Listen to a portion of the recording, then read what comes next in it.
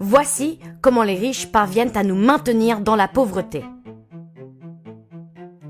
La Guinée est le 10e pays le plus pauvre du monde. Cette situation est très choquante quand on sait que ce pays de l'Afrique de l'Ouest est aussi l'un des plus grands producteurs de bauxite du monde. La bauxite est l'élément principal dans la production de l'aluminium. Le même aluminium qui sert à fabriquer des voitures, qui entre dans la construction des maisons et qui contribue même à produire certains des aliments que nous consommons. Alors, comment un pays si riche en ressources peut-il demeurer si pauvre ?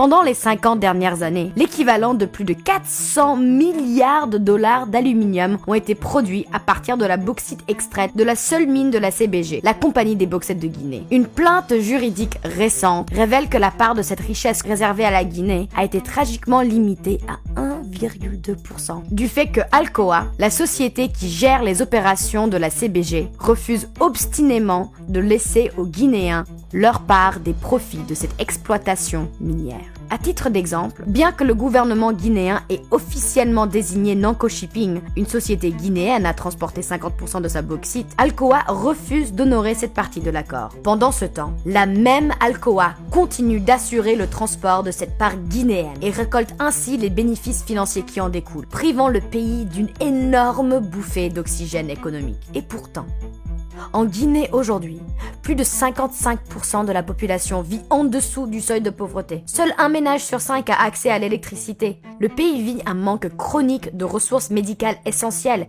qui l'expose de façon dramatique à des épidémies telles que l'Ebola. Et que dire de la mortalité infantile avec un taux douloureusement élevé pour le XXIe siècle ? Parce que seulement 37% des enfants sont vaccinés. C'est le comble que ce soit ce même pays qui soit aussi l'un des plus grands producteurs au monde d'un métal que nous utilisons tous de façon quotidienne. Partout en Afrique, des pays qui regorgent d'immenses ressources naturelles se voient exclure de leur part équitable des bénéfices des richesses qu'ils créent. Selon les dernières statistiques, au cours des 30 dernières années, le continent a été lésé de plus de 1000 milliards de dollars. Aujourd'hui, certaine de la justesse de son combat et souhaitant rendre aux Guinéens ce qui leur appartient de droit, Nanko Shipping a entrepris une action en justice contre Alcoa. Soulignons leur refus d'honorer les termes contractuels qui lient la multinationale à la Guinée. Selon l'agence de presse Reuters, en cas de victoire, l'action de Nanko marquerait un pas en avant pour les pays africains visant à prendre de la main des multinationales le contrôle de leurs ressources naturelles.